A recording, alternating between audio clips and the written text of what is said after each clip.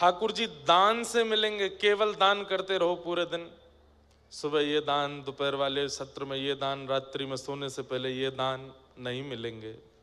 न दानम, स्वयं प्रहलाद जी कह रहे हैं, कोई अनुभवी व्यक्ति बोले तो उसकी बात माननी चाहिए। प्रहलाद जी कह रहे हैं दान से नहीं मिलेंगे।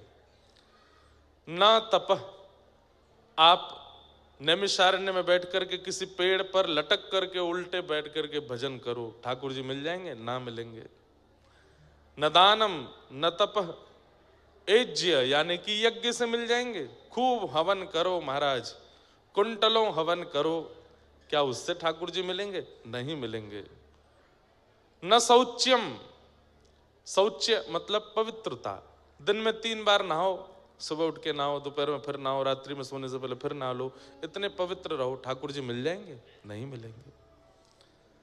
न व्रताने च, 30 दिन के महीने में 15 व्रत कीजिए, प्रदोष का व्रत करो, मंगलवार का व्रत करो, सोमवार का व्रत करो, एकादशी का व्रत करो, ठाकुर जी मिल जाएंगे? ना मिलेंगे। प्रहलाद जी कह रहे हैं न व्रताने च, तो कैसे मिलेंगे?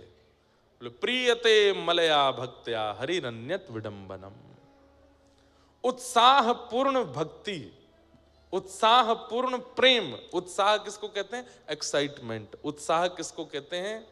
किसको कहते हैं? अत्यंत उत्सुकता।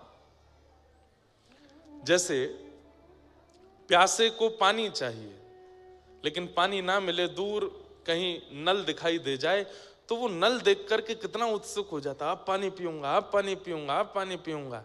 वो उत्सुकता वो भगवत प्राप्ति कराती है।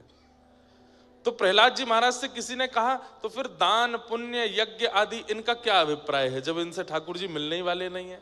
तो बोले कि मेरी बात ध्यान से सुनो, दान से मिलेंगे लेकिन दान में भी उत्सुकता होनी चाहिए। मतलब दान आप करो, ठीक है, कोई करवा दे करो, आपके पास धन है करो, परंतु वो प्रधानता नहीं होनी चाहिए, उससे भगवत प्राप्ति नहीं होगी। प्रधानता तो भक्ति की उत्सुकता ही होनी चाहिए, उत्सुकता वाली भक्ति।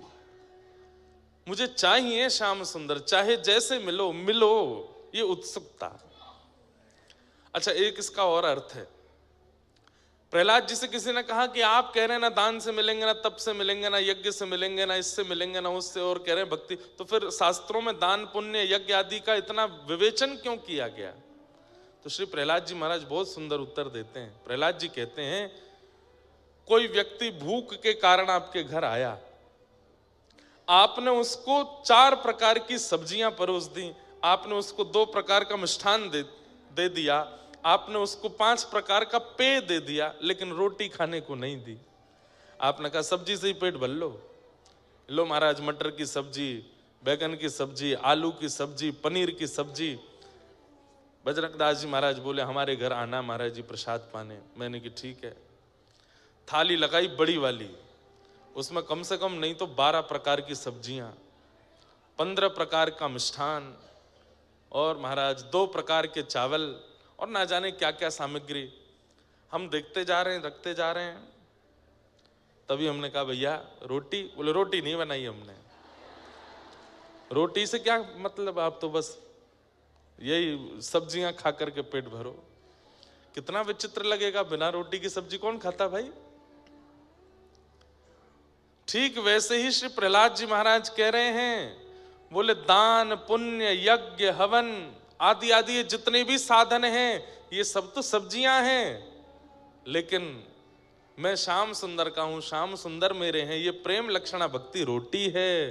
जब तक रोटी नहीं परोसी जाएगी ठाकुर जी को, आप कितनी भी सब्जियां पवाते रहो, ठाकुर जी राजी नहीं होंगे।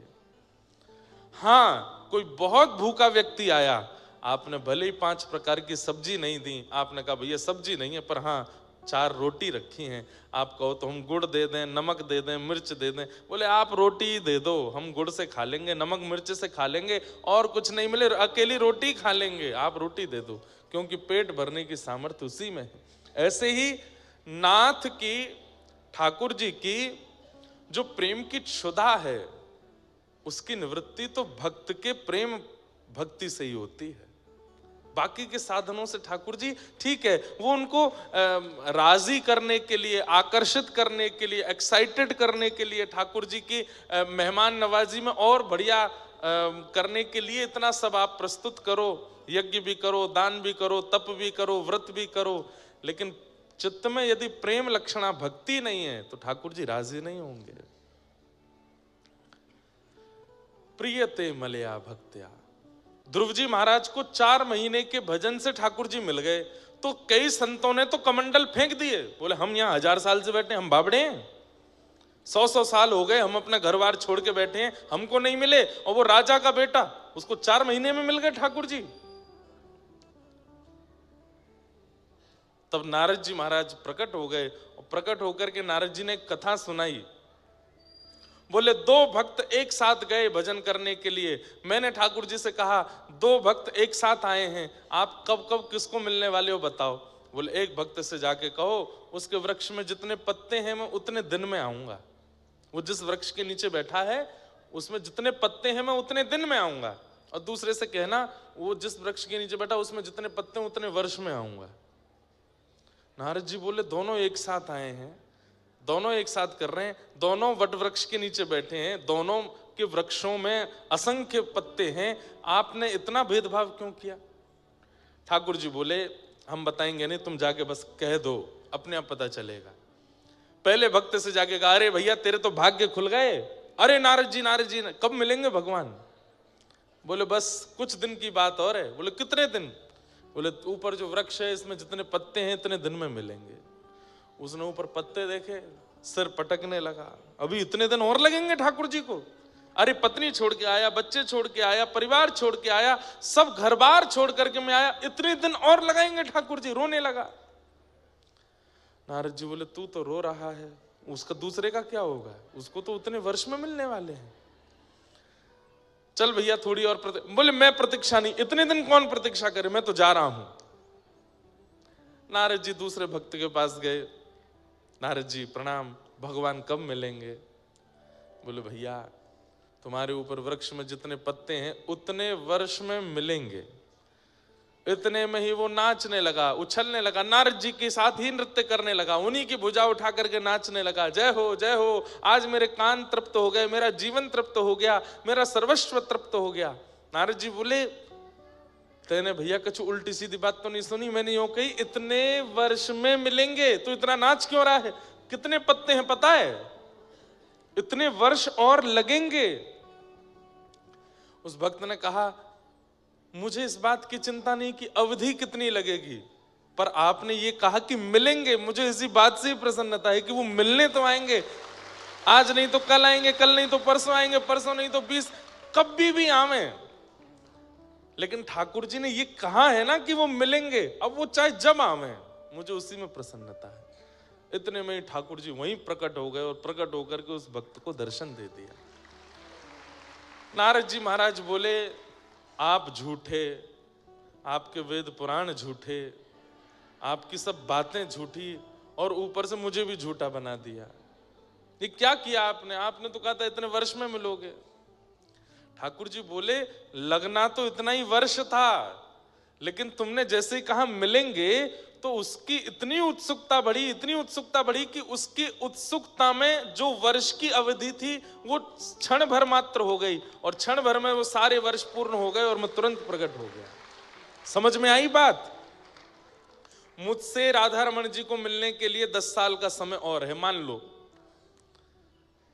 अब 10 साल 15 भी हो सकते हैं, 20 भी हो सकते हैं। कब? यदि मुझ में आलस्य आ जाए, यदि मुझ में विकार आ जाए, यदि मुझ में उत्सुकता की कमी आ जाए, तो वो 10 के 15 भी हो सकते हैं, 15 के 20 भी हो सकते हैं, 20 के 2 वर्ष भी हो सकते हैं, 20 के 2 जन्म भी हो सकते हैं, एक कल्प भी हो सकता है, एक युग भी हो सकता है। जितनी मेरी उत्सुकता घटती जाएगी ठाकुर जी उतने दूर होते चले जाएंगे, और जितनी उत्सुकता बढ़ती चली जाती है। देखो जज साहब बैठे हैं यहाँ पे, अब मुझे तो ज्यादा अनुभव नहीं है, पर हमने ऐसा सुना है कि जब कैदी जेल चला जाता है तो उसको जितने दिन की वो दी जाती है, क्या बोलते हैं, सजा। अब समझो कि उसको उम्र कैद दी गई। उम्र कैद में कितने वर्ष की सजा होती है? हैं? 14 वर्ष की। अब वही बैठे हैं, वो बताएं कितने वर्ष की होती है? 14 वर्ष की। अब 14 वर्ष की सजा होती है, किसी को आजीवन कारावास होता है, किसी को और भी होता है। पर मैंने ऐसा सुना है, मुझे पक्का नहीं पता, पर जब कारावास में वो व्यक्ति अपना जीवन बड़ी अनुकूलता से जीने लगता है और बड़ा नियमित रूप से रहने लगता है, जो कार्य उसको मिलता है उसमें भी निपुणता रखता है, अपने जीवन को साध के रखता है, तो शायद कुछ समय बाद उसकी जो अवधि है वो घटा दी जाती है। उसको जितने दिन रहना है, अब ऑर्डर तो ऑर्डर है, अब ऑर्डर तो हुआ था कि 14 वर्ष रहेगा, लेकिन उसने अपना जीवन इतना सुगम बना लिया, इतना योग्य बना लिया, अपने विचार व्यवहार से इतना मोह लिया सबको, कि फिर याचक लोग ही जाकर के कहते हैं, बोले महाराज वो बड़ा बढ़िया से रहता है, ठीक है, कोई ऐसी दिक्कत, तो फिर उसकी जो सजा की अवधि थी उसको घटा देते हैं, उसको 8 वर्ष कर दिया, 9 वर्ष कर दिया, चलो इसको अब छोड़ दो, अब हो गया, ठीक है। ठीक वैसे ही मुझसे आपसे मिलने के लिए ठाकुर जी ने एक नियमित समय चुन रखा है सबके लिए। पृथ्वी पर जन्म लेने वाले हर व्यक्ति का जन्म लेते ही ठाकुर जी एक नियमित समय भी रखते हैं, इस समय पर मैं इसको मिलूंगा। लेकिन हमारे कर्म या तो उस अवधि को बढ़ा देते हैं या उस अवधि को घटा देते हैं। वो बढ़ते ही जा रहे हैं, हमारे घट नहीं रहे मेरे और आपके, क्योंकि हमारे कर्म, विचार, व्यवहार, स्वभाव पवित्र ही नहीं है। संसार एक कारावास है, हम आप सब लोग यहाँ नियमित रूप से रह रहे हैं, कारावास के भी नियम होते हैं, यहाँ के भी नियम बनाए गए, पर उन नियमों से विपरीत चल करके जब हम इस कारावास रूपी संसार में रहते हैं तो क्या होता है, जब नियम का उल्लंघन करता है तो और ज्यादा अवधि बढ़ा देते हैं, और 5 साल रखो इसको यहीं पे, और इतने दिन तक इसको यहीं रहना है। तो ठीक उसी प्रकार भैया, उत्सुकता जिसमें अधिक होती है उसको ठाकुर जी मिलते हैं। तो आप लोग, जब मैं यहाँ बैठता हूँ